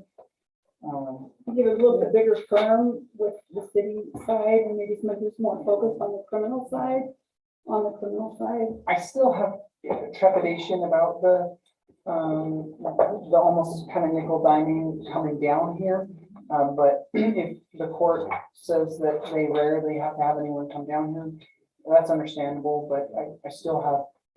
Why? What are you doing nickel and diming? We'll say we have a big case that just comes up, you know, we can't predict all the cases and say they have to be down here quite frequently for a couple months in a row. Well, then the savings. Cut his hourly rate back. I guess I don't see the nickel and dime reference. That means that nickel and dime means he's charging us 25 cents for this and 50 cents for that and $15 for this. Well, I was just using the phrase, meaning that, yes, well, and because he has a lower rate, but $350 per trip, $400 each day. So if he needs to be down here 2 days, that's $800 plus another $350. That's, what is that, $1,150 every trip. And generally speaking, if he's going to come down here 1 day, he needs to be here 2 days. And so I would be modest in these things. These are all based on if he was only here 1 day, $750 is what that would be once a month or whatever. So I worry about, I guess not worry, but I guess my questions would be, the bottom, on the bottom, so it says for 240 hours, this is what it's gonna cost us for, this. Underneath the Nilton proposal there, it's an additional 9,000 per. No, what it is, what I did here is, so 240 hours is our current contract with our current attorney. And are they contracting for that number of hours? No, Guaranteed? they don't, our current attorney, or our prior attorney, his rate increased after 240 hours, they have no increases after 240 hours. That's what this, what's it called? Yeah, so the 9,000, what that is if you take the 350 plus 400, so 750 times 12 months, it's $9,000. That's what that is. So if he were to come down once a month, throughout the year, it'd be an additional $9,000. If he were to come twice a month, 18,000, every week, 36,000. And those are just round approximations, so.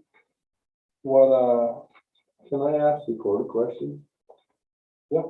How much time did Kendall put in? How many hours a month did Kendall put in as? Well, I have those hours, if that's okay, I calculated those out. It was about 40% of his time, seemed to be. 40% doesn't mean anything to me. How many hours?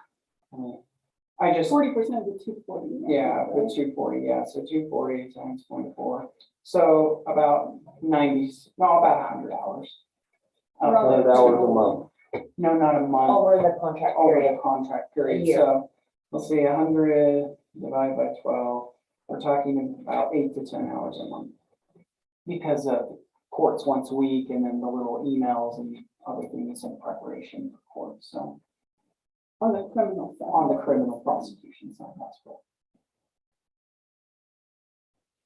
So if you consider it that way, if the travel is not needed or necessary, as I've been so far, then we could actually save tax dollars by going with the other firm.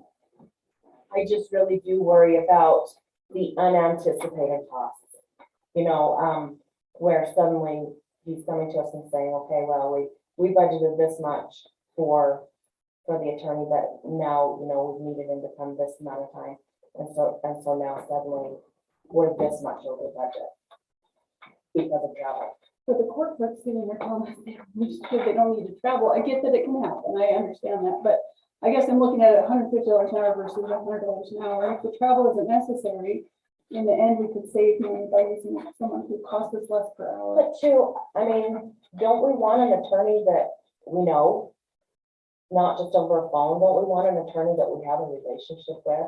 We had one. Well, that's why I'm saying split the duties. That's what I would recommend that we go with Mr. Nelson on the criminal side and the other firm on the city side. Do you want to hear from our finance team? why? Yes, I think that's wise, but I also, what does it look like if we split it? Cost wise, obviously, it's not gonna be the same, but. Well, Or you do we not know? let me do just a quick calculation. So I'm using very round approximation. So say 60% of the time is the civil services. That would be, oops, sorry. And to be fair, Eric, we didn't really have an attorney because we were discovering more and more that we had conflicts of interest with the county, and it was hard to have a city attorney represent us with issues that weren't working with the county. Yeah, and that's come and gone, so we'll focus on this.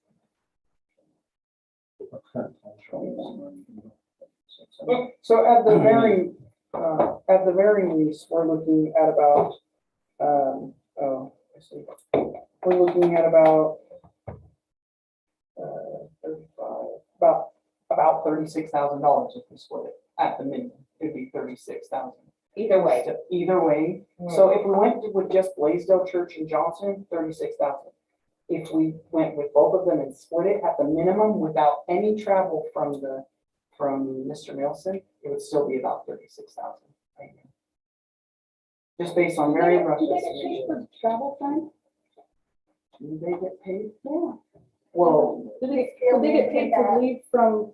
What it says in the write-up, they go bill it. It's building. It's built, yeah, Blaisdell Church in Johnson would not pay any additional fees for Travel. mileage or travel. If Travel they travel fees. from where they are, Salt Lake. Salt Lake to Blanding, they're not charging us any hours for that travel time? No out. They're just charging you $350 per trip at 58.5 cents a mile.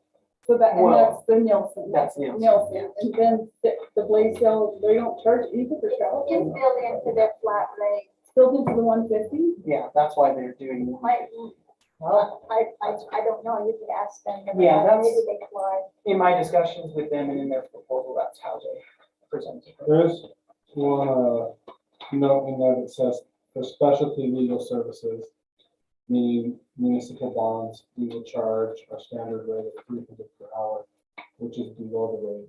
And we already contract out for municipal bonding with our prior. That was city the only attorney. thing that I saw additional.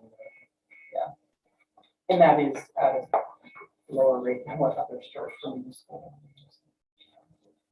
Kim, did you want to add something? I just looked at the numbers and I agree with Dave in that I have some concerns over all these extra charges with Nielsen coming up. We're gonna do a little bit more here and then we'll, if we do this, it's gonna be more, and if we're gonna do that, it's gonna be a little bit more. That's the only concern I had, is that it makes it really hard to budget it. What does it say it's gonna charge more? Well, we'll get down there. What's in so- the- Yeah, are you just, you're getting I talking about like travel? that, I mean, for budgeting, I like that flat rate, but then we always know what it's going to be. We don't have to, we don't have something come up that blindsides us and that we have to pay out more for, but I think it just comes down to, what are you willing to pay for legal services and how much you're gonna need? We Some usually of that budget is- for 240 hours a year, and usually it's less than that. Well, this year was kind of an odd year because Mr. Laws was very busy and was not able to respond to some of the things this quarter. But in past years, it's been under Yeah. 240. We've been under, but we also have been spending a little more on public defender. And so when we look at the legal, we're gonna have to get ready to budget, we're gonna have to look at those numbers a little closer on what those actual are. And there were a couple times where we had to work out, we're discussing things like the TRT, for example, with the county. I had to go hire a separate attorney at a rate of $250 an hour to deal with that. Whereas we would no longer have to do that because we'd have to be able to have one attorney that could address that and have a much lower rate. I feel like the law, and the fact that Kendall did it is a credit to Kendall. That you can be a criminal and a municipal attorney at the same time, but when you read their proposals, Blaisdell and Church is really focused on the municipal side, and Aaron Nielsen is focused on the criminal side. And the fact that they're both willing to take on two different responsibilities, seems like we could give our court the best attorney to Mr. Nelson, and we can have the best attorney to Blaisdell. So like I mentioned in those rough numbers, I think whether you split it or, but if you split it, it's still gonna come out at the same cost as just the cost that Blaisdell Church has. So if you're looking at minimum cost, it's about an even split.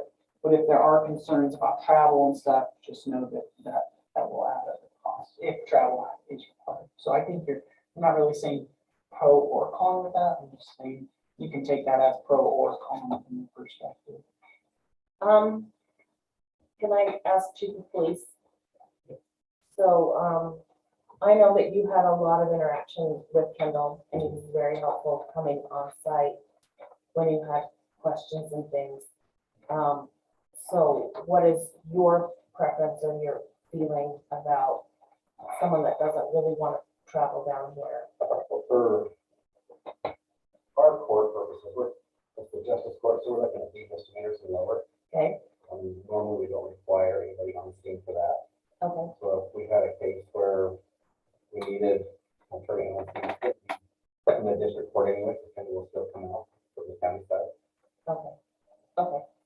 And Kendall would also, one thing that's not mentioned here, he would take, phone calls at 2 a.m. from us. He had questions like, hey, we're not exactly sure on this, what do you think? But that was as our city attorney, and so we've lost that already with Yeah. him not being our attorney anymore. Okay. And he would bill us, like, when he was here in his office on Fridays, and I go around and discuss cases, that never got back to him. So I guess that leads to a question, would that then be the criminal attorney? Yeah. If they want. So if we split it, that would be Nelson. So that actually means the hours that if he was not billing all his hours, while talking to our police chief, then that means, by the way, we're gonna see the criminal prosecution side of the hours, probably a little bit more. Did you have a comment? I was just going to say, being willing, one attorney expressed that he is willing to be available all hours within that instead of. Where was Which proposal was that? that? It's in Mr. Nelson's proposal somewhere that he would be willing to take phone And calls. Diane, we really do appreciate that you're here, since it's your field of expertise. Council, honestly, I think that's why we put both these recommendations, that the first recommendation. Yeah.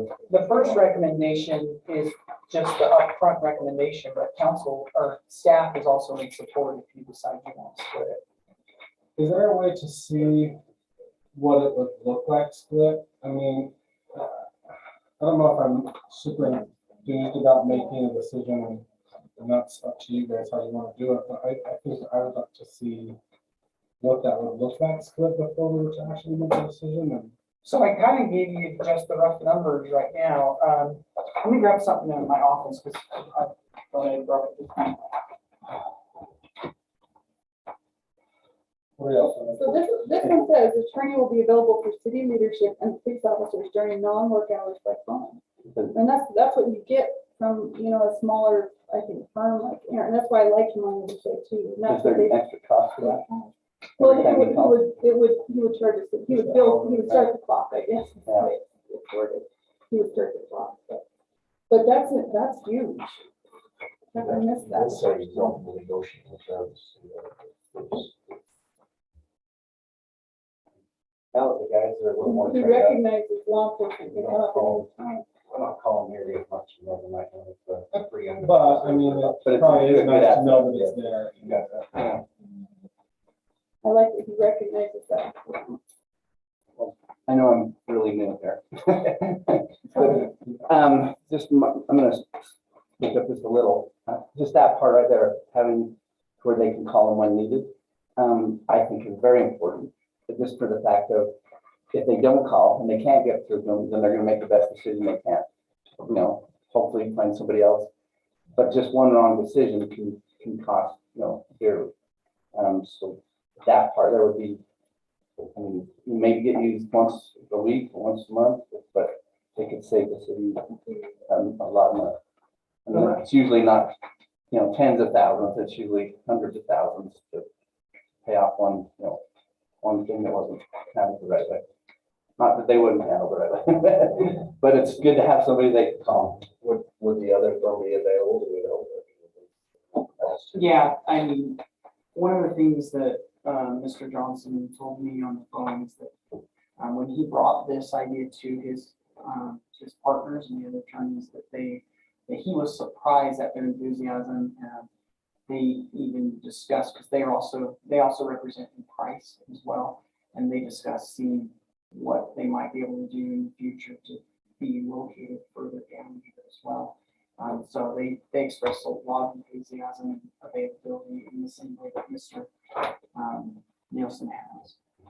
Now, with that said, though, I guess even though my upfront recommendation, administrative recommendation is Blaisdell Church and Johnson, I think what you're saying is a good proposal too, and that's why we added that. If you want to split it, I think the only reason why I would say to split it financially, I would say don't split it on a financial side. On a practical use, like Councilmember Bowers brought up, having more focus on the criminal prosecutor and the city attorney, I would say that's actually really, on a practical level, that makes a lot of sense.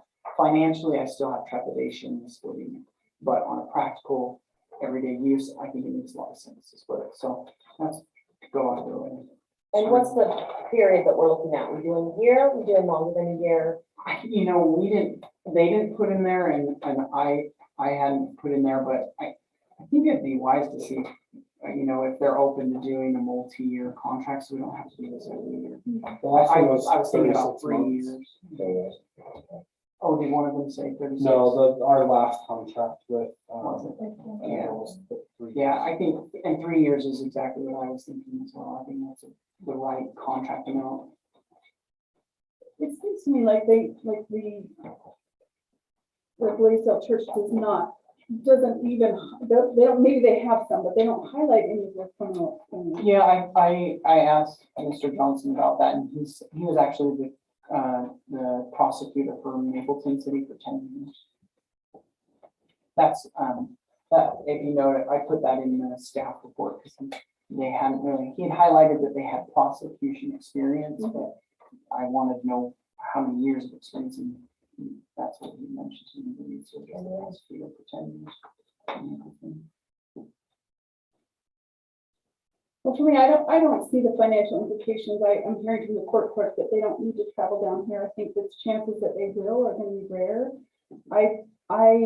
I'm looking at then at that, what is the best, what gives us the best representation in both areas? And for me, it's just the best, right? That's where I'm gonna. I'm kind of with the mayor. I'd like to see some numbers that show how it splits. Time-wise, how it splits. Well, 60-40. the number I gave you, that's, I went back and did some of those estimations. I went to see if I could find my notes, but after I wrote the formal staff report, I got rid of some of my handwritten notes, but it was about 40% from what I could tell going through Kendall's history that was spent on prosecution of the time that he submitted. And so that comes out to about, at his base rate, about $10,000. And then at their base rate, if they did 60%, it's like $25,000. So it still comes out, splitting it, about $36,000 minimum, not including Mr. Nixon's travel, if he needs to travel. So, and this 240 hours is just an average of what we've done. It's not a set in stone, like it could be, I mean, if we had a need for more and it was 400 hours, that obviously that price would go up. Or the total. The total numbers of, yeah, the total number of hours per, you know, the total that we pay. The 60-40, 60% of the time was on the civil service services side, side. and the criminal was the 40%. Yeah. And again, that was just on some averages. I went back and kind of calculated. It could change from one year to the next based on caseload and things like that. So I guess I'm saying that's my little disclaimer to that, but yeah.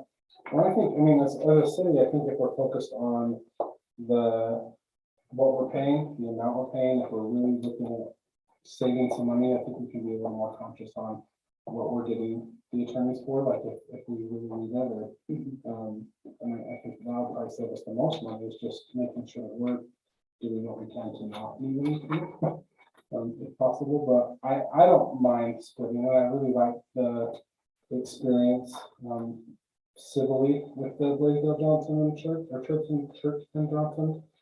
And then I see the benefit on the criminal side for the Nelson front, so. The other way to look at it too is if they already have more background, almost specialize in that area, they should be more efficient in what they're doing. So we should see our numbers at least, say, even if not go down. And I think we would need to keep an eye on that. Yeah, I think we watch it and see it. And I do see a benefit in having to. I mean, it's not really having to, but I know having two different ones. But if for some reason there was a conflict with one, we would have the option to use the other one without having to go out and search for another attorney. That's a good point. Yeah, That's a good actually. point. So I am, if y'all want to keep discussing, We need to we make a can, but motion? we do need a motion to, it's a business. So I do just need to, it needs to be on public record though, that this is a lot more expensive than what we used to be getting. It is. I mean, Yeah. and I understand the reason because I've read the packet, but the public that maybe is just gonna listen and not read a packet is gonna be like, wait, you went from a contract that was around $19,750 to a $36,000 contract. And so that just needs to be said, like, read the packet, I guess, or, you know, Well, I come to mean- stuff to understand.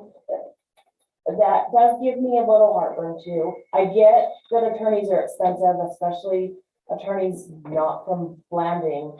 And to that end, I mean, we need to be grateful for the service of our previous city attorneys in, you know, giving us some really great legal advice at a fraction of the cost of what it really costs apparently. If I can add to that, so, the low rate played a role not only in why Mr. Kendall left, but also in why, other local attorneys that I reached out to Didn't didn't submit apply? proposals. Okay.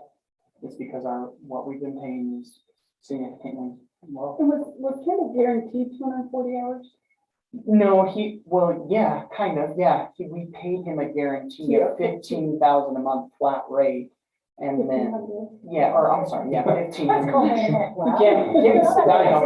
So basically he would give for 18,000 or 19,000 a year, he would give up to 240 hours. And anything after that was So 125. it's not, it looks more expensive the way they've written it up, because he's saying they're definitely gonna work 240 hours, but we don't know that yet. It could, which is why I think we do need to keep an eye on it. And we're gonna do our due diligence to use only as needed, right? Yeah.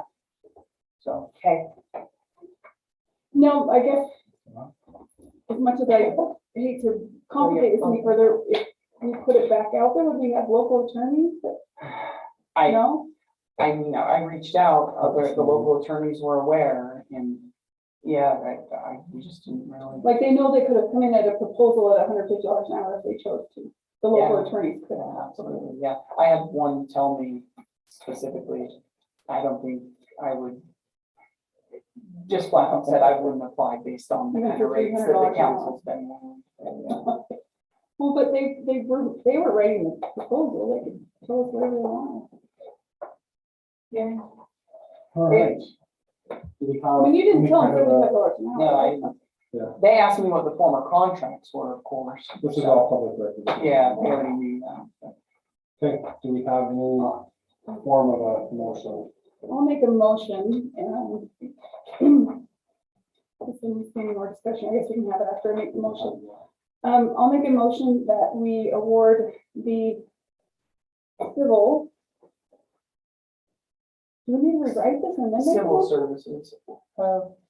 If it gets too complicated, we can. We can, okay, that we award the civil source portion of the services to Blaisdell Church and Johnson. And we award the criminal side of the services to Aaron Nelson Law, the Infinity Team Legal Solutions. And then they would have to give staff direction to negotiate a contract. And in that motion, it gives staff the approval to negotiate a contract in both of those respects, based upon the hourly rates and the rates written here. That would be my motion. We have a second on that motion. Or a substitute motion. That's some questions. Or more discussion. I'll second it. But I have some questions. Okay, so this will be discussion on the motion, so. So the numbers I was questioning, it would, if he doesn't come down to Blanding at all, it would save quite a bit of money. But if he makes even one trip a month, then it's gonna cost us more Yeah, exactly. That's why financing is a concern. money. I mean, So maybe how do in you that- anticipate it coming down? Sorry. maybe in that contract negotiation, you can maybe smooth that out or figure that out. You're saying he's open to negotiating the contract, get his proposal there too. So within that motion, I would assume, but it's your motion, that we stay within the limits of the hourly fees and that was suggested here, that was a change if people would want it brought back, so. Right, so if what you're mentioning is that you would like us to go and negotiate down those costs, then I think a substitute motion would need to be made. If you want Are to you go- saying to put that they can't come more than a certain number? Well, not necessarily, just, Negotiate the rate down. you just, if you just look at those numbers, if he's coming down even just once a month, then that moves it. I had about $40,000 for both of them. So they came once a month. If you want some of it would be additional $9,000. It adds a year. $9,000. Yeah, So, and I had it at about 31,000 for just the But base that's rates. with him working. So, I mean, how often do you anticipate them coming down? it sounds like not in 2 years. Not since the So Kim possibilities that. had someone who does not have to be in person, so that would be a savings. I would say I'm even more comfortable with the split after hearing both Diane and Chief Bradford saying it's the lower level and anything bigger than that, go to the county anyway. That does put me a little more comfortable with that. I still have trepidations about that. I'd rather it just all be built in. From a I like the financial fact that side. Mr. Nielsen says he's available 24/7 I agree to with us. that, yeah. Agree. That part, so. All right, any more discussion on the motion? Okay, Sorry, so I've got a motion on the table, but are you saying you prefer to go with Mr. Nelson on the ground? No, but I like the fact that he's open to be 24/7 to our guys if they. when I think need about it, fits the criminal side for what we need. Right. Like, there's not many times civilly that we're gonna be like, 2 AM, we need help with the sound, whatever, like that's, I mean, I'll test it out. Yeah. You need a separate motion if you need to make renegotiate in terms of this. You mentioned something around this. Yeah, if you want us specifically to negotiate down, then the direction of staff would be to negotiate down the rate, rather than to just negotiate a contract. And I think that it's possible that the reason that he's $100 an hour is because he's not planning to come down here. And so that would be, the change would be that maybe he says, well, if you want me to change things, then I'm gonna charge 150, whether I come down there or not. So that kind of does eliminate it. He Can is we leave it and on, we look at You it after a listening to year? us? yeah, he is on if you want to ask him, his openness to that. But there is a motion on the table, so you have to move forward to a second. so the motion is to award the civil, Sorry, if we, would it be 1 year with 2 year extent, with a year extension each time? No, it would just be a 36-month, a 3-year contract. So I guess my With- question is, what if Mr. Nelson, like, he's on and he can hear us, I don't think he wants to come to Blanding once a month if he doesn't have to.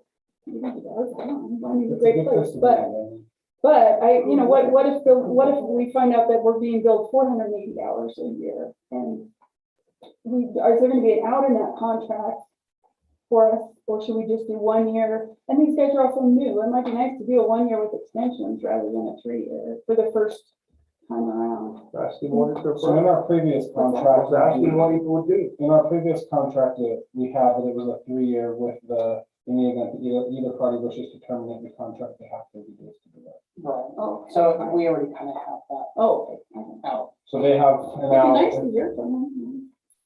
Well, maybe we Well, should finish this. Yeah, I think the motion on the table. Yeah, so the motion is to award the civil contract to the Blaisdell Church and Johnson and the criminal to the Infinity Team Legal Solutions, the Nielsen Law Firm. We had a motion, we have a second. Any more discussion on that? None, so all in favor of that? Okay, so it's unanimous. So, We'll work with both of them and do our best to bring those back on the 25th. I don't know if that's possible. If not, we'll try to bring it back on the 1st. And I'll also speak with both of them and see if, until we have a contract in place, because right now we don't have a prosecutor, maybe both of them are willing to retroactively bill us while providing the services until the contract's in place, so. all right. Now, we'll see the need to talk to him too much, and then you have the motion, you have the award, you'll negotiate that Yeah. for the sake of time. If he's here, he can introduce himself. I don't mind him introducing himself. If that's Aaron, are you able to take yourself off mute, or if you want, if you can hear us, have an opportunity to introduce yourself if you want. Yeah, hi, this is Aaron Nielsen. I can hear you. My internet's gone out a little bit here and there, but Oh, I think it just went out again. not a great sign there. All right, We hear you.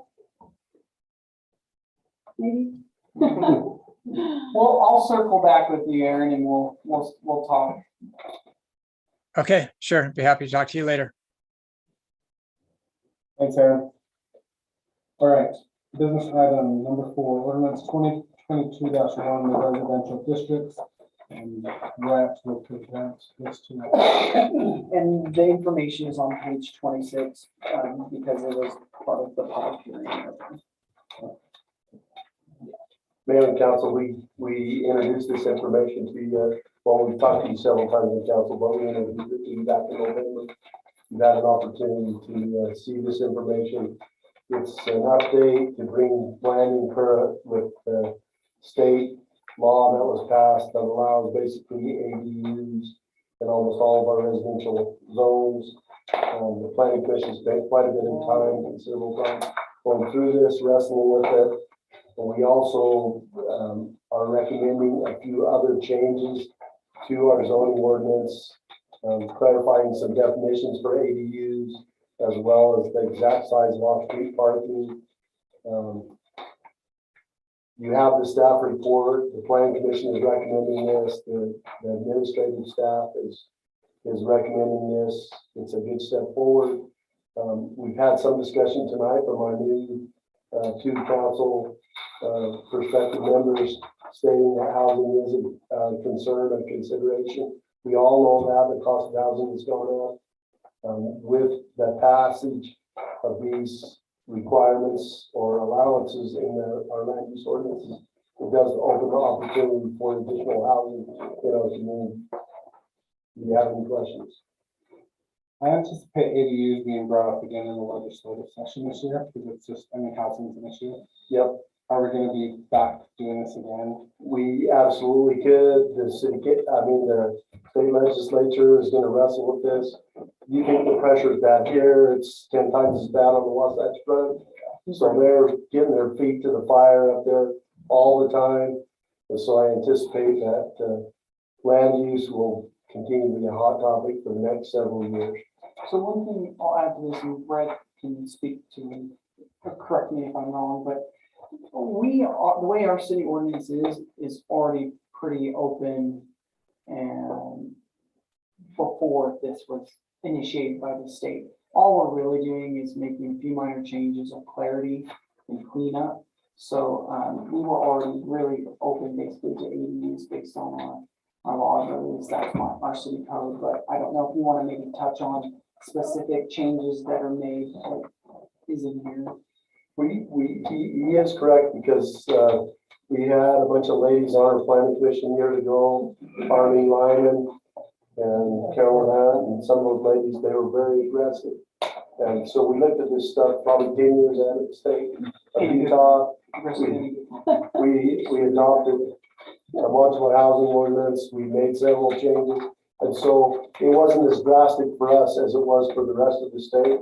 And that was intentional. It was something that the city council and the planning commission had done collectively, and they've worked on that. Just like water is important in this community, the people feel that people have to have a choice as much as possible in housing too. And so there's a long history of this, and I think Dave reflects that in his comments. Yeah, and my main purpose in mentioning that is we can be more strict than the state, but this is kind of funny. The state's almost saying cities need to be more loose. Yeah. And we already were more loose. Yeah. And so the temperature of ADUs is not going to requiring cities be more strict. It's going in the direction of cities being more loose. And we were already there. it's loosening up government restrictions regarding ADUs. And we're pretty much there. And so most of this is just for clarity's sake and clean up and to make sure that, you know, anything we need to make sure on. Some of this allows, you know, we think government messes everything up, but the private sector does a pretty good job in and of itself. And with banking institutions and credit unions and stuff like that, if they don't have clear direction from the cities, they won't loan on stuff like this. And so having the state pass this law and having it be adopted by the city level allows people a clearer path to getting financing when they're trying to do ADU and stuff like that. So there is some method to the madness here a little bit in trying to help the private sector be able to do things, because the banks, if they don't know what it is, they want it spelled out, you know, before they give you money for it. So I asked this before, and then you explained it, but one thing that keeps confusing me is that it does not define ADU. Yes, there's a page in there that has, it has all the definitions for ADU on it. And it was already in our, it's not in red, so I'm just assuming. No, it's not in red. It's one of the pages I don't have it on the tip of my tongue, but it's okay. So on page 34, if you look right there, it talks about definition for accessory dwelling units or ADUs. And there's three different types. There's interior, attached, and detached. So Planning City already allowed one attached or interior ADU in our R1 zone, and that's all we allow. In our R2 zone, we allow multiple family housing, but this gives you, you know, you can do an interior, an attached, or a detached. You know, I just want to make sure it's outlined in there. yep, it's clearly defined, and because of the way the state was doing it, we needed to have those three different definitions of what it is, because of how the different ways people can do it. One thing that I will add though, with the detached, or even if there's been renovations or anything made interior or attached, if something new is being constructed, that would still require the individuals to come to the city to get prior permitting for utilities for constructing the ADU within the home, whether it's interior, attached, or detached. So just so that's clear for the public. So any electrical, any plumbing, you gotta have a permit. And then I just had a quick question on the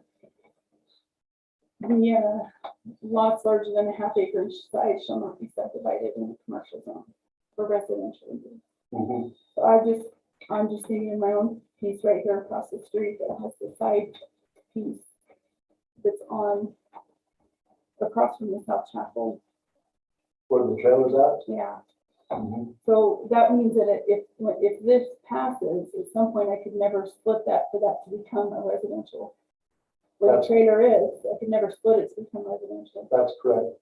Mm-hmm. I mean, I completely get the purpose behind it. It's just these little pieces that sometimes that may not be the best decision. But we debated doing that. Housing. We debated that clear down to a quarter of an acre, and we landed at a half acre because of things that you're talking about, our rural nature and stuff like that. We felt that a half acre was more effective for our community. But at the same time, you know, as we talked about earlier tonight, we do need housing, but we also need places for people to have jobs, and commercial is critical for, you know, if to develop new commercial property on the edge of town or out of town is a lot more expensive than, or just as expensive as. No, I get it. well, and this recommendation was thoroughly discussed with the planning commission as well. And this is kind of where they came to as they felt was the best balance in the recommendation. Is it allowed? Would something like that be allowed through a variance? No. That can be, this is now. yeah, that can be done by a variance. It can't. No, it couldn't be done by a variance. You can do a height adjustment or a setback adjustment or lot coverage, but basically what you're asking for is a zone change. And you can't have a zone change by a variance. by state law. Because I mean, if that trailer ever leaves, then it. Hmm. You have to put a new trailer there or build. Because it's commercial, a trailer could go back. I got you. Or I just some- couldn't split it and sell that piece alone. for Or build an residential. apartment complex. Or build a. Or you can do another commercial use as well. Yeah, or you could do a commercial use. The idea is that it's the balance between incentivizing both housing and commercial uses without one eating up the other. Okay, any more questions for Brett? I make the motion that we approve ordinance 2022-1, the residential district. I'll second it. Okay, I have a motion by Councilmember Perkins and a second by Councilmember Bowers, all in favor? Aye. Sounds like everyone. Okay, it's approved. That was the last item. No reason for a closed session. We do not. Okay, I make the motion to adjourn. all in favor? Aye. The goal is to try to beat Councilmember Perkins doing that. It was